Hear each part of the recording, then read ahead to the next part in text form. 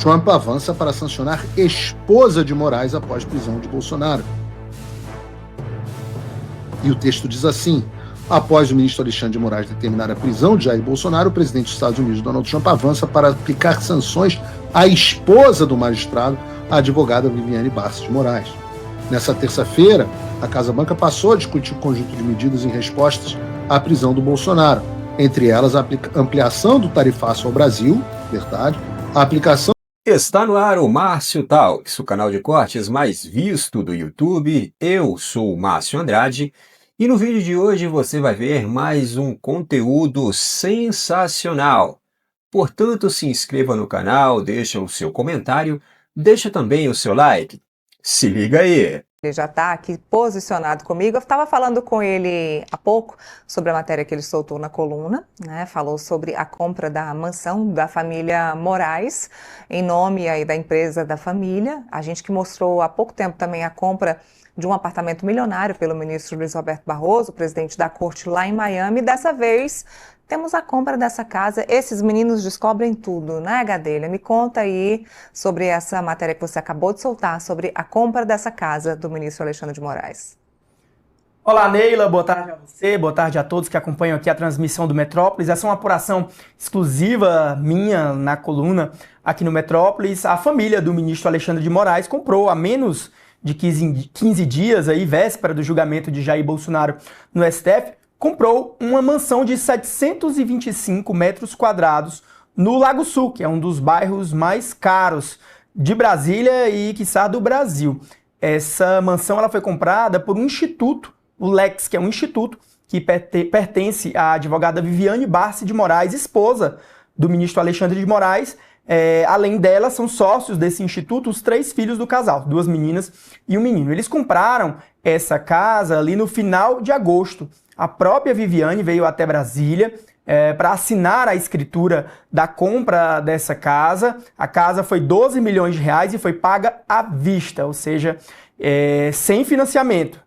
Eles pagaram esses 12 milhões de 2 formas. Primeiro, eles deram um sinal ali de 6 milhões de reais e no dia da assinatura da escritura, eles pagaram o resto, os outros 6 milhões. Além dos 12 milhões, o casal, a família Moraes, desembolsou outros 240 mil reais, equivalentes ao ITBI, que é aquele imposto que a gente paga quando compra um imóvel. O ITBI é 2% do valor do imóvel, por isso 240 mil reais. Ela foi comprada, essa casa, de uma construtora aqui de Brasília. Essa construtora, explicando para quem está nos assistindo, ela tinha comprado o imóvel em 2020. Na época, esse imóvel tinha 320 metros quadrados. E aí o que aconteceu? O que é comum aqui em Brasília, a construtora comprou aquela casa de 320 metros, demoliu e construiu uma nova casa de 725 metros quadrados, que foi comprada pela família do ministro Alexandre de Moraes à vista. Lembrando que o ministro Alexandre de Moraes, como ministro do Supremo, ele recebe um salário bruto mensal de 46,3 mil reais. Já a Viviane, esposa dele, ela é sócia de um escritório de advocacia aqui em Brasília, né? O Barça de Moraes, então tem uma renda. Além desse apartamento, antes de comprar essa casa aqui em Brasília, no Lago Sul, eles moravam num apartamento funcional do STF, lá na Asa Sul. Agora, falando sobre a inclusão de novos nomes na lista do OFAC, que é a expansão da aplicação da Lei Magnitsky, eu também tenho algumas considerações. E aí, de novo, né, eu queria muito, cara, daria muito like, daria muita audiência, se eu pudesse ser o cara que, vem aí, se eu pudesse realmente fazer um tic-tac, se eu pudesse falar, bem, vamos fazer, e eu, na verdade, tenho que ajustar as expectativas de vocês. Porque a primeira coisa que a gente tem que entender é que antes da Lei Magnitsky ser aplicada a outros indivíduos, ela tem que ser plena e efetivamente aplicada ao Alexandre de Moraes e ao seu círculo financeiro imediato, que é uma coisa que ainda está em curso. Moraes ainda não sentiu todos os efeitos da Lei Magnitsky e o seu ciclo financeiro imediato não sentiu. Ora, vocês verão. Vou fazer o seguinte. Abre aqui para a câmera 2. Vou começar a jogar aqui para vocês, tá? Pesquisem na internet, a internet pode pesquisar o que é o tal do Instituto Lex de Assuntos Jurídicos. Estou compartilhando com vocês informações de inteligência que eu recebi, que eu fui autorizado a começar a divulgar, e os jornais em breve começarão a pesquisar. Bom Reels aí para você, Bruno. Procurem o que é o Instituto Lex de Assuntos Jurídicos. E sim, eu sei que é muito irônico e um instituto de um cara que é um vilão e que tem a cara do Lex Luthor, inclusive a careca se chame Instituto Lex. Eu sei. Eu tenho vários Supermans aqui na minha estante. Mas vocês procurem. É um instituto que foi fundado pelo Alexandre de Moraes e a Viviane Barsi de Moraes nos anos 2000, e que o Alexandre, quando vira ministro do STF, sai desse instituto. E você tem dentro dele hoje o Alexandre, perdão, a Viviane, a Gabriela, a Juliana e o Alexandre Barsi de Moraes, que é o Alexandre Júnior, que é o filho do Alexandre. Esses são os donos desse Instituto Lex. Procurem na internet a página dele. Não existe. Procurem no Instagram a última postagem feita por eles, em 2017. Aí você vai ver que todo o patrimônio do Alexandre e da Viviane estão nesse instituto. E eu estou falando todo o patrimônio, é que o Alexandre de Moraes é multimilionário. Multimilionário. Do tipo, o apartamento de 25 milhões que ele vive, ou que é, pelo menos é a residência oficial, é a residência declarada dele, né? Porque ele também vive em Brasília, né?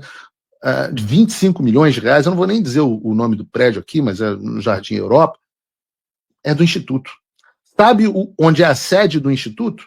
A sede do Instituto é onde era Alexandre de Moraes Advogados, que hoje é Barsi de Moraes Advogados. O Instituto e o escritório da Viviane compartilham a mesma sede. E tem mansão em Campos do Jordão, apartamento no Guarujá, os gringos já levantaram tudo. Adianta, eu pergunto a vocês, adianta sancionar outros indivíduos antes de pegar tudo isso e fazer o Alexandre sentir as consequências da Lei Magnitsky? Não. E é nisso que a gente está trabalhando. Porque para que essa lei tenha esse efeito dissuasivo, o que é o efeito dissuasivo? É o efeito que faz com que os outros vejam o que aconteceu e não queiram fazer igual. Então nós temos um desejo de que haja um efeito dissuasivo contra os demais cúmplices do sistema. O Alexandre precisa ser o exemplo do que acontece quando alguém é sancionado pela Lei Magnitsky. Então, por isso que primeiro a gente tem que focar na plena e efetiva aplicação das sanções.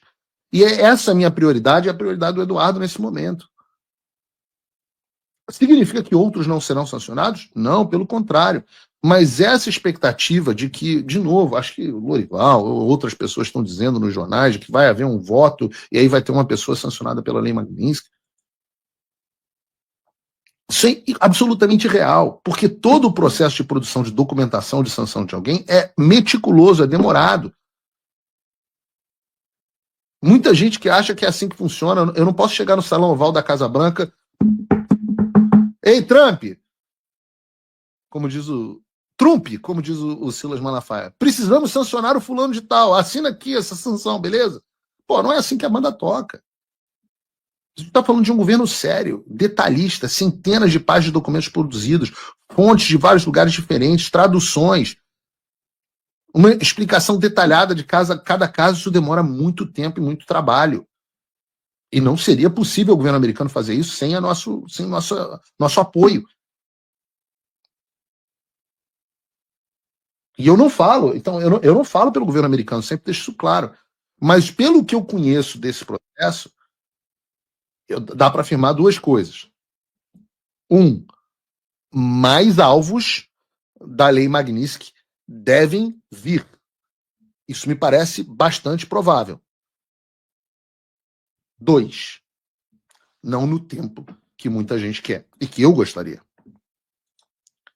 Mas eu posso dizer que esse trabalho meticuloso, demorado, já está sendo feito. No caso, por exemplo, dessa senhora, Viviane Bastos de Moraes, do seu escritório, do seu Instituto Lex, isso já está acontecendo. Vejam, por exemplo, a própria reportagem do Globo. A aposta de aliados de Eduardo Bolsonaro sobre novas sanções contra Alexandre de Moraes. Daí ela traz as seguintes informações que eu vou lendo aqui, comentando com vocês. Deflagrada a etapa final do julgamento contra Jair Bolsonaro e outros 7 réus no caso da trama golpista nessa terça-feira, aliados do ex-presidente e do deputado federal Eduardo Bolsonaro deveria estar se apostam, né? Apostam na iminência de novas sanções do governo Trump contra o então ministro Alexandre de Moraes, incluindo a sua mulher, a advogada Viviane Bastos de Moraes, e potencialmente também seus filhos. Esses interlocutores afirmaram à equipe do blog sob ressalva, e é que eu digo, acho improvável que os filhos sejam junto com a mulher. Acho que os filhos vão ficar para um passo seguinte. Não que não haja documentação suficiente. Tá, mas é bom que você faça o mal aos poucos. Né? Esses interlocutores afirmaram à equipe do blog sob reserva que novas retaliações contra o magistrado podem ocorrer na próxima quinta-feira ou ao longo do julgamento no Supremo. Eduardo terá uma reunião na Casa Branca nessa quarta-feira, conforme adiantou o colunista Lauro Jardim, hoje. Né? A gente nunca diz onde é a reunião, a gente diz que é com a administração americana e eles antecipam que é Casa Branca, que para eles é tudo Casa Branca, mas, enfim. Nos últimos dias, Eduardo e o ex-apresentador da Jovem Pan, Paulo Figueiredo, não sou ex-apresentador, a imprensa tem muita dificuldade de como me chamar, né? Eu nunca apresentei um programa na Jovem Pan. Os Pingos nos Is era apresentado pelo Vitor Brown ou pelo Daniel, e o Morning Show era apresentado pelo Paulo Matias. Pô, eu nunca apresentei nada, eu sou um comentarista no máximo. Mas, enfim, o ex-apresentador da Jovem Pan, Paulo Figueiredo, intensificaram o diálogo com o governo Trump na tentativa de provar que as finanças e o patrimônio do casal estão totalmente interligados e, por isso, a única forma de evitar que Moraes drible as sanções de Washington seria ampliar a ofensiva para Viviane e até mesmo para os seus filhos. Outro objetivo dos bolsonaristas ao colocar Viviane sob a mira de Washington é impor à mulher de Moraes e ao seu escritório as duras restrições financeiras da Magnitsky, o que, eventualmente, poderá dificultar ou inviabilizar o negócio, o escritório do Alexandre, com prejuízos inestimáveis aos seus clientes poderosos. O Bastos de Moraes atua em áreas como direito empresarial, licitações, contratos, recuperação judicial, falências e relações governamentais, e conta com 2 dos 3 filhos do ministro como sócios, Alexandre e Juliana. Gabriela Bastos de Moraes não compõe a banca. Não sei. O trio está na mira dos Estados Unidos, segundo o entorno de Eduardo. O influente escritório também defendeu Moraes, a própria Viviane e os seus filhos na investigação que mirou uma família de 3 brasileiros que hostilizaram o ministro no Aeroporto Internacional de Roma em julho de 2023. Como publicamos no blog, a mulher do ministro foi propositalmente deixada de fora da ofensiva contra o ministro Via Magnitsky. O objetivo dos bolsonaristas e seus aliados no governo dos Estados Unidos era de garantir à administração Trump condições para escalar as medidas contra os magistrados e o próprio STF antes de mirar outros magistrados da Corte e demais autoridades do Judiciário, como o PGR, Paulo Gonet, caso não houvesse recuo no julgamento contra Bolsonaro. Isso, na verdade, porque a gente nunca imaginou que houvesse recuo no julgamento.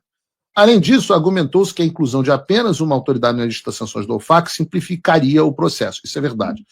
Por ser mulher do ministro, o texto da Magnitsky permite que ela seja implicada diretamente pelas restrições financeiras, bem como outras pessoas próximas a ele. Recentemente, como revelamos no blog, o Bastos de Moraes foi contratado pelo Banco Master para representá-lo. A instituição financeira está no centro de uma controversa transação que envolve a venda de parte da sua operação para o BRB, o Banco Estatal de Brasília. Se as ameaças bolsonaristas se concretizarem, Viviane e os filhos figurarão ao lado de Moraes e suspeitos de ligação com o terrorismo e o tráfico internacional de drogas e armas na lista das sanções da OFAC. É o que diz a reportagem. Então, o que eu estou repetindo, é um trabalho sério, detalhista, meticuloso, que já está em andamento. Os próximos alvos da Lei Magnitsky são claros e eu posso dizer que as coisas estão avançadas, mas eu sou realista com vocês. Se eu falar que as sanções vão sair até sexta, por exemplo, eu estaria mentindo, porque eu acho que as chances disso acontecer são mínimas. E aqui no Paulo Figueiredo Show você tem informação real, não necessariamente a que vende mais, a que engaja mais, a que te deixa mais feliz, o que atrai o público. Por isso eu digo que eu tenho um alto grau de certeza que isso vai demorar mais do que os imediatistas desejam. Não vai ser amanhã, nem vai ser ao vivo durante o julgamento do Bolsonaro. Essa ideia de que o Trump está preparando um sistema de um voto, uma sanção, é uma coisa que não tem ideia de como é que as coisas funcionam. Eu sei que vão ter meia dúzia de pessoas falando que os Estados Unidos não estão interessados, que nada vai acontecer, que o Brasil vai acabar daqui a 2 dias, depois disso vai ser tarde demais, que tudo acabará em pizza. É normal. Esses malucos estão criticando a gente desde o início, desde que o trabalho começou. Quem está em pleno domínio da capacidade mental, por exemplo, já entendeu que aqui não tem ninguém brincando. As coisas vão acontecer. Mas nós estamos lidando com um governo. Tem um processo burocrático. O que eu posso antecipar de coisas boas? Que eu acho que o meu palpite, de novo, eu não estou falando pelo governo americano, mas se eu tivesse que dar um palpite, eu diria que nós temos ainda uma camada importante de ação, que é a do cancelamento do visto de pessoas ligadas ao Alexandre de Moraes. É importante que doa nas pessoas ligadas a ele a consequência das suas ações. Nós estamos vendo as conversas do Talhaferro que eu abordei no programa de hoje, nós vimos o papel do Ayrton Vieira, nós vimos o papel do Marcos Vargas, nós vimos na semana passada com a Vaza Toga, com um trabalho brilhante lá do David Agape, e depois continuidade pela Revista Oeste, nós vimos o que aquela Eukiko Kusahara, sei lá, fazia, o que essas pessoas faziam. Não pode não haver consequências para essas pessoas. Não pode não haver consequência até para o comandante do Exército, que se alia ao regime. Não pode não haver consequências para o procurador, para o advogado-geral da União, para o Bessias. Não pode não haver consequência para um monte de gente. Essas pessoas precisam ser responsabilizadas. Eu gosto do cancelamento de visto porque ele tem um efeito muito mais doloroso do que vocês imaginam. Uma das autoridades sancionadas, não vou nem falar aqui do Barroso, que foi uma coisa horrorosa, filhos, etc. Mas uma das autoridades sancionadas com cancelamento de visto, já agora, estava desesperada, porque a cunhada mora nos Estados Unidos, os sobrinhos, uma vai casar, ele não pode vir, estava desesperado que a mulher estava enchendo o saco. E, porra, não tem. Eu prefiro tomar uma Magnífica do que ter a Natália enchendo o meu saco. Porque, convenhamos, é uma coisa que mulher faz muito bem, né? Mulher sabe fazer isso. Então, quando você cancela o visto de uma elite que está acostumada a viver aqui, você passa a ter consequências, você passa a ter o aspecto moral. Seus filhos não podem mais viajar, não podem mais fazer, muitos estão estudando aqui fora. Você viu o William Bonner saindo do Jornal Nacional, né? Não vai deixar saudade. O William Bonner está dizendo que os 2 filhos estão fora. Eu não sei se estudam nos Estados Unidos, talvez estudem, mas imagina, o pai não pode mais ver o filho. Esse efeito moral precisa acontecer, esse é o primeiro aspecto. O segundo aspecto é que, vejam, todos os sancionados pela Lei Magnitsky, antes de serem sancionados pela Lei Magnitsky, recebem o cancelamento de visto. Então, eu vou brincar aqui de chamar que o visto, o cancelamento dos vistos, que é para a pessoa e para os seus familiares, é um belo cartão amarelo. E esse cartão amarelo pode ser mais amplo, pode pegar mais parcelas da sociedade. O que eu estou querendo dizer? Eu estou dizendo para vocês que, na minha avaliação, e eu não falo pelo governo americano, e eu não tenho como controlar, eu tenho muitos desejos, o governo americano atende a alguns deles, que eles acham que estão alinhados com o interesse do povo americano e dos Estados Unidos, e outros não são concedidos. Mas eu diria que com um alto grau de otimismo, que eu acho que vai haver uma lista de cancelamento de vistos de pessoas que até agora não sabiam que estavam na mira. E isso vai ser um recado, porque, ora, se alguém da Polícia Federal, um Fábio Shor, digamos, estou aqui hipotético, se um Fábio Shor pode perder o seu visto para os Estados Unidos, ora, quem mais pode? Se o comandante do Exército também pode perder o seu visto, quem mais pode? Eu estou criando aqui nomes hipotéticos. Eu digo para vocês, eu não brincaria com os Estados Unidos. Quem acha que o Trump está recuando e que não vai acontecer nada? Meus amigos. Que horas são? Eu sempre aviso a vocês aqui no Paulo Figueiredo Show que Donald Trump não recua e nem entra em briga para perder. Quando ele entra na briga, ele entra para vencer e esmagar o seu adversário. Ele venceu a China, venceu o Canadá, venceu toda a União Europeia, venceu o Reino Unido, venceu o Irã, mas não vai vencer. Vai vencer a Rússia, vocês vão ver, mas não vai vencer o pseudo-juiz Alexandre de Moraes no Brasil? Cara, se você acredita nisso, é muito burro, você tem que me desculpar. O Brasil está passando por um momento muito delicado. As instituições, o poder legislativo, o judiciário, o executivo, estão completamente perdidos e estão completamente prejudicados, sem credibilidade, e tudo isso por conta de ações de pessoas da alta cúpula desses poderes. Pois bem, os três poderes, o poder legislativo, o judiciário e o executivo, eles tendem a estar harmônicos. Pelo menos é isso que diz a Constituição, deveria ser harmônicos, né? Deveria ter um equilíbrio entre os três poderes, cada um fiscalizando o outro, né? Na questão dos freios e contrapesos. A própria Constituição diz isso. Porém, na prática não é assim que funciona. O que a gente vê hoje no Brasil é justamente um poder sobressaindo sobre o outro. Então, o que acontece? Isso necessariamente vai refletir lá na ponta, ou seja, no indivíduo, no povo, na sociedade. Mas, ao que parece, as ditas autoridades não estão nem aí para esse negócio, né? Não estão nem aí para as instituições que elas próprias pertencem, né? Então, a coisa está em uma tônica de projeto, na verdade, já vem de muito tempo, aquela coisa do projeto de poder, do poder pessoal, né? Todas as ações são em benefício próprio ou em benefício da minha ideologia política, da minha visão de mundo.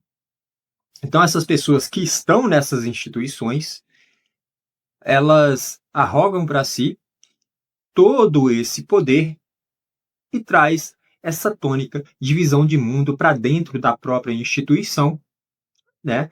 E, obviamente, quando isso acontece, aí há uma corrupção própria, né, de corromper a própria instituição. Ou seja, o Brasil está em um patamar em que a alta cúpula que governa, que dirige o país, né, ou seja, o pessoal do Poder Executivo, começando pelo Presidente da República, aí tem o pessoal do Judiciário, começando lá pelo STF, aí tem o pessoal do Legislativo, começando lá pelo Senado, né? Tem o pessoal lá da Câmara, que são os deputados e tudo mais, no Senado e senadores. E ao que parece, a coisa está se enveredando aí para algo muito grande aí, de penalização em relação aos Estados Unidos para com o Brasil. É isso. Essa é a situação em que o Brasil se encontra, essa é a situação em que a população brasileira, a sociedade do Brasil, a nação brasileira se encontra. Por esse vídeo é isso, se inscreva no canal, deixe o seu comentário e deixe também o seu like. Até breve.